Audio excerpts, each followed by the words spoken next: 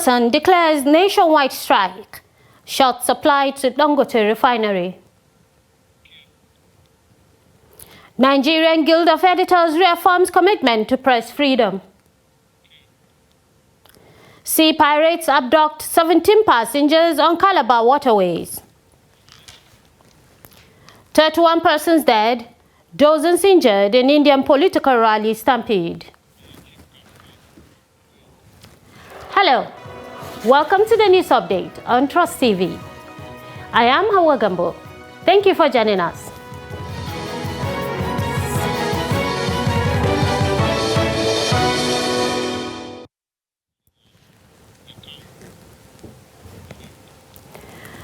The Nigerian Petroleum and Natural Gas Senior Staff Association, PENGASSAN, has declared a nationwide strike, directing members to withdraw their services across offices, companies and agencies from 12:01 a.m. on Monday, September the 29th, 2025.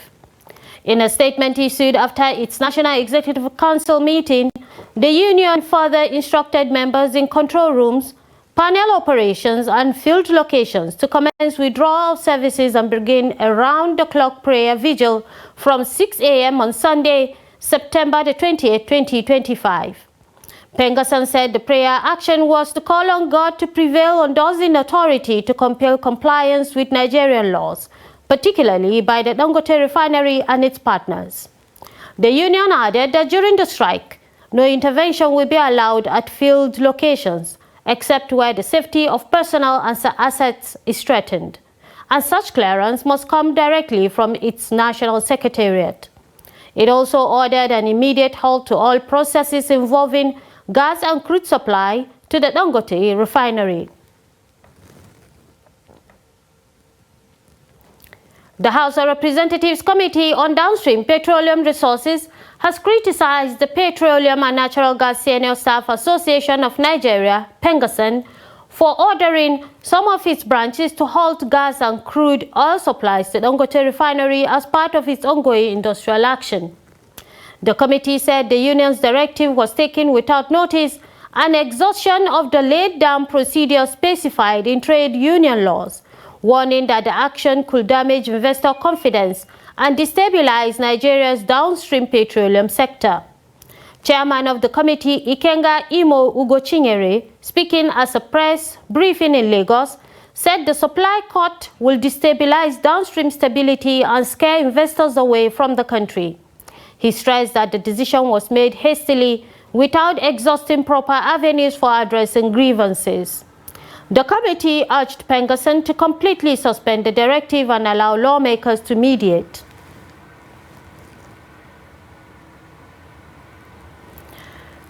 At the height of insecurity and the scarcity of equipment to combat banditry, there is a growing shift from dependence on foreign machinery to locally made defense technology. This innovation is not only expected to enhance tactical capabilities on the front lines, but also showcase the ingenuity and sophistication of young Nigerians in technology and innovation. In Katsina, Trust TV's Abdullahi Ahmadi takes a closer look at the tracked armored personnel carrier developed by a Katsina-based engineer Ibrahim Lawal Dankaba. Here's the report.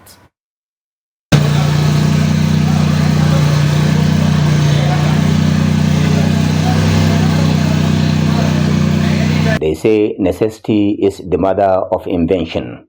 In Katsina State, where relentless attacks on rural communities have claimed hundreds of lives, displaced thousands, and led to mass livestock rustling, a new chapter is unfolding. Driven by innovation, engineer Ibrahim Lawal Dankaba has developed a tracked armored personnel carrier APC to support government effort in tackling the long-standing security challenges ravaging Katsina and other parts of the Northwest. Dankaba's self-funded initiative began earlier this month, from concepts and design to fabrication, using homegrown steel plates molded into armored components, all integrated into a fully functional defense vehicle. Well, because we understand the challenges The major challenge being that there are hard to reach areas. The topography, the terrain is tough and rough, swampy, sandy, muddy sometimes. So we said, okay, we have lost a lot of both civilians and men in uniform trying to give us some security so that we can have peace. So we decided to sit down and come up with a product that will beat the challenges of the terrain, that will cross obstacles that is almost unstoppable at some level. So we decided to create this armored personnel carrier. The locally fabricated components are carefully welded to the APC's frame, offering full bulletproof protection and equipped with a remote control system for monitoring enemies' movements. The robotic turret allows the cabin crew to fire weapons without stepping out, enabling them to gather intelligence and engage targets from a safe distance. It should be able to detect anyone with rifle. Should be able to detect that, okay. And it should be able to tell its location and report back to a base station. The robotic turret should be able to fire at command when commanded, while the gunman is protected inside. So it has lots of more features which are there to be incorporated. Once certified by relevant authorities, the armored vehicle is expected to boost security operations, protecting personnel from small arms fire, artillery, landmines, and improvised explosive devices, IEDs. Its mobility supports rapid deployment and sustained operations in remote or hard-to-reach areas, particularly across the northwestern states. Its engine versatility is another innovation, designed to run on premium motor spirit, PMS, compressed natural gas, CNG, and diesel, ensuring adaptability in diverse operational environments. Beyond the combat, the prototype APC also plays a logistical role, with a built-in cargo belt for transporting supplies, equipment, and medical personnel to operatives in the field, a lifeline for sustained missions and reduced exposure to ambushes along supply routes. The hatch, that's the cabin, can take up to 7 personnel, a gunner and the rest, and the driver and other devoted men inside. And it has a cargo bed. The cargo bed can take more personnel, can take deliverables, can take consignments, can take relief materials, can take backup and support materials to troops while during engagement. So, the Dankaba armored personnel carrier stands as a bold example of how local ingenuity can drive national security resilience, proving that homegrown innovation can be as tactical as it is transformative. Abdullahi Ismayamadi, Trust Television News, Katsina. The Nigerian Guild of Editors, NGE, has joined the international community in marking World News Day, stressing its commitment to fact-based journalism, editorial integrity, and the defense of press freedom. In a statement signed by its president, Eze Anaba, and General Secretary Onuohe Uke, the Guild hails journalists in Nigeria and across the world who, despite numerous challenges, remain dedicated to bringing truth to the public. The Guild, however, expressed concern about the growing attempts to suppress press freedom and freedom of expression in the country, warning that such actions threaten Nigeria's democracy. The NGE urged journalists to resist fake news, misinformation, disinformation, and propaganda by upholding the canons of journalism, including accuracy, fairness, objectivity, and fact-based reporting. It also called on the government at all levels to stop using repressive laws, including the Cybercrime Prohibition and Prevention Act, to harass and intimidate journalists. The Guild further demanded compliance with the Freedom of Information Act, noting that the timely access to public information aligns with the United Nations Universal Day for Access to Information. The editors encourage Nigerians to embrace truth and support journalism, describing fact-based reporting as the foundation of a healthy democracy that enables citizens to make informed decisions. Mohammed Ali Ndume has raised alarm over renewed Boko Haram attacks in Borno South. This follows Friday's ambush along the Kirawa-Pulka Road, where insurgents killed a civilian JTF member, injured several passengers and set 6 vehicles ablaze. Ndume lamented that Kirawa has been left without military presence since last month's withdrawal of Cameroonian troops after an attack on their base. He is now urging military authorities to urgently redeploy forces to Kirawa and neighboring communities to restore security and protect residents.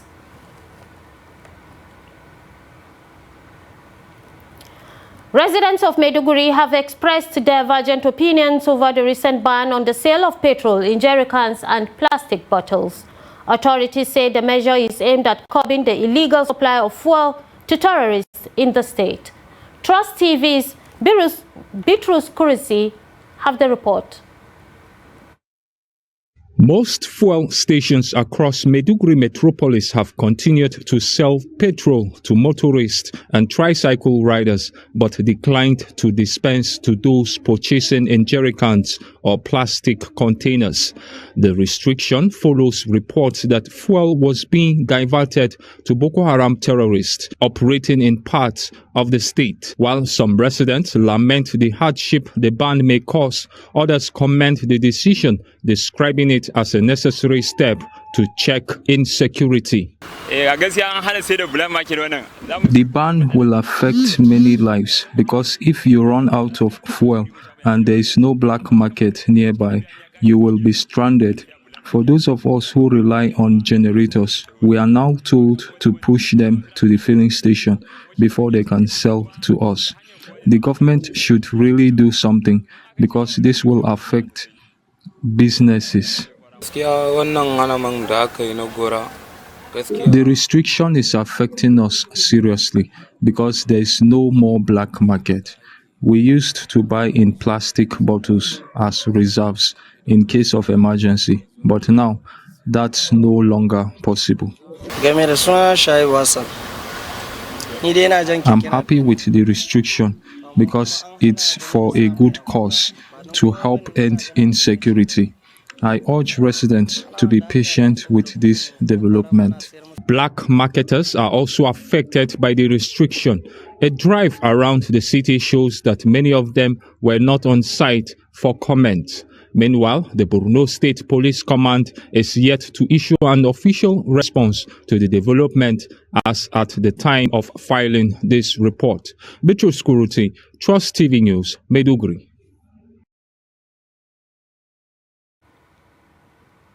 Troops of Operation Warstroke have rescued 2 officers of the Nigerian Immigration Service abducted in Ukum, local government area of Benue State. A statement from Acting Media Information Officer Lieutenant Ahmed Zubairu said the rescue was carried out after credible intelligence led troops to Se Tembe, an Adamawa village in Azendeshi Council Ward, where the victims David Uwese and Oliver Oruso were freed. First Commander Major General Moses Gara commended the troops for their professionalism, saying the operation highlights OPW's resolve to protect citizens and safeguard farmers in Benue and neighboring states. He urged communities to continue providing timely intelligence to security agencies, stressing that collaboration with residents is key to defeating criminality.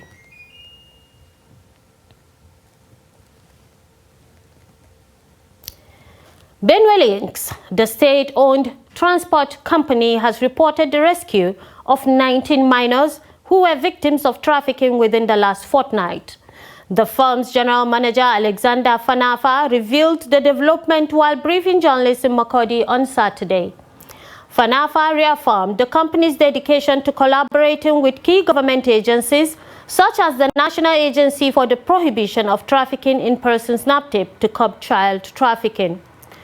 According to him, 5 youngsters were intercepted only last week. He further explained that last 2 weeks, they recovered 11 from Lagos back to Makurdi and handed them over to NAPTIP.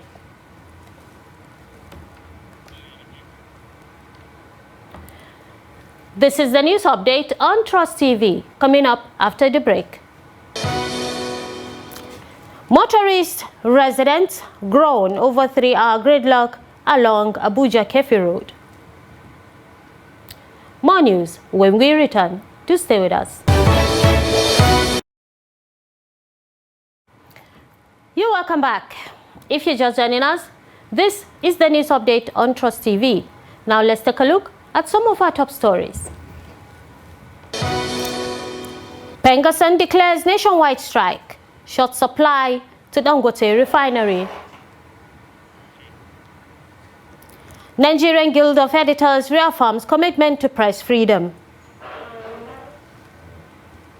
Now moving to other stories.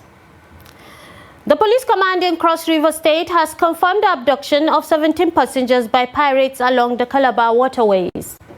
The Deputy Police Public Relations Officer in Cross Rivers, Igri Ewa, who confirmed this to newsmen on Saturday in Calabar, said that the passengers were abducted on Thursday. Ewa said that the command had already swung into action to ensure the prompt rescue of the victims. According to the police spokesperson, a service police officer in Akwa Ibom and a popular politician in Cross Rivers who were on board the boat narrowly escaped abduction. A passenger who preferred anonymity said that the boat was attacked a few minutes after takeoff from Oron, Akwa Ibom State, en route to Calabar, Cross River State. A similar incident occurred in April when pirates abducted 20 passengers who were traveling in a boat from Oron to Calabar.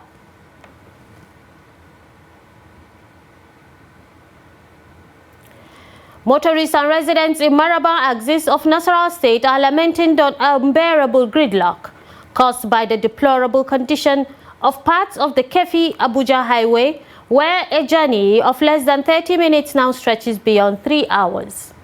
Trust TV's Habibat Ajayi reports. Along the 1-kilometer stretch from Zenith Bank Junction through building materials to Sharp Corner U-turn, vehicles, trucks and motorcycles struggle daily to navigate the flooded and bumpy road, resulting in endless congestion.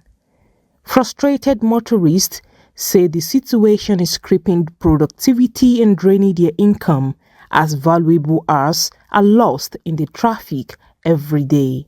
From Maraba to just this AYA, you spend more than 1 hour. A journey that should be less than 10 minutes. So far. What we want the federal government to do? To fix the road, if possible. Demolish all these plazas. That's the permanent solution. Demolish all these plazas. But it's just that we know who owns them now, so it will be difficult. The traffic is too much. Can you imagine now from Marabajo to this checkpoint? We spend more than 3 hours, 30 minutes. People are suffering in this Maraba road. And people inside, even people that work in that, they don't know that people are suffering here. You buy for 20,000 from here to town, a journey of 30 minutes. You spend 4 hours. You cannot go at least 2 tons a day. The road is very, very bad. We are suffering a lot. Government should help us. We don't know what to do again. Even our vehicle cannot last up to at least minimum 6 months. Everywhere is condemned.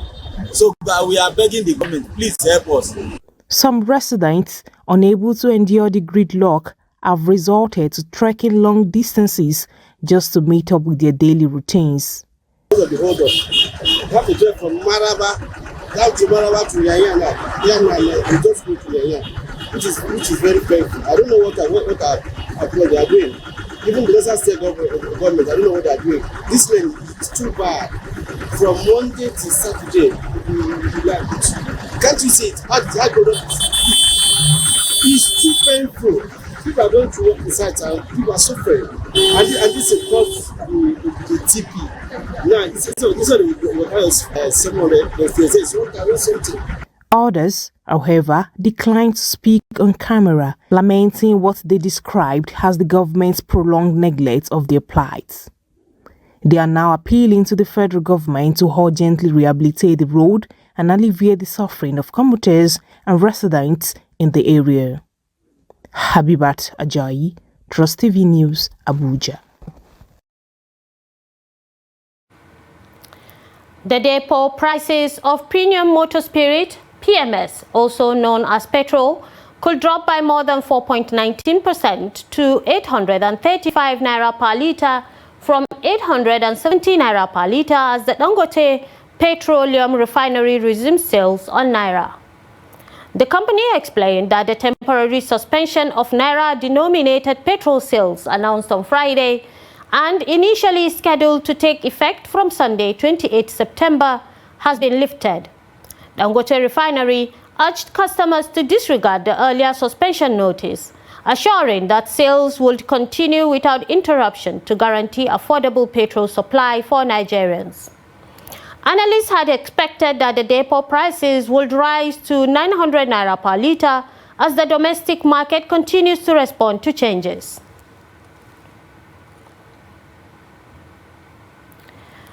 At least 31 people were killed on Saturday after a stampede broke out at a campaign rally of popular actor turned politician Vijay in southern India, a lawmaker said. Some 58 people were injured and were rushed to the hospital, he added. Vijay, known by only one name, was addressing the audience at the rally in Karur district when chaos broke out, forcing him to halt his speech. Reports said a large section of the crowd, eager to catch a glimpse of Vijay, surged towards the stage barricades, triggering the stampede.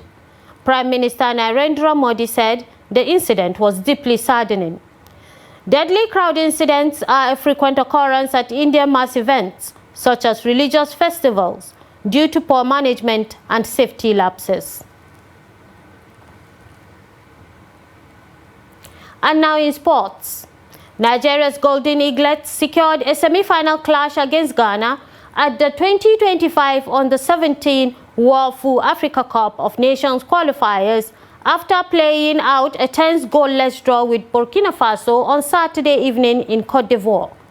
The result confirmed Nigeria's progression to the last four as Group B winners on superior goal difference. This is due to their earlier victory against Benin Republic, while Burkina Faso finished second and will now face Group A winners Ivory Coast in the other semi-final fixture.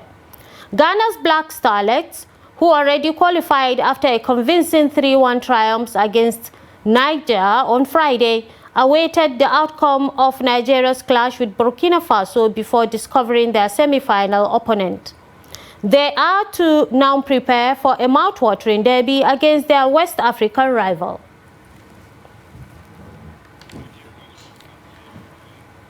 And with that, we wrap up the news update on Trust TV. Do not forget to follow us across all media platforms and subscribe to our YouTube channel for a constant live stream of programs and documentaries. My name is Hawa Gambo, saying thank you for joining us and see you next time.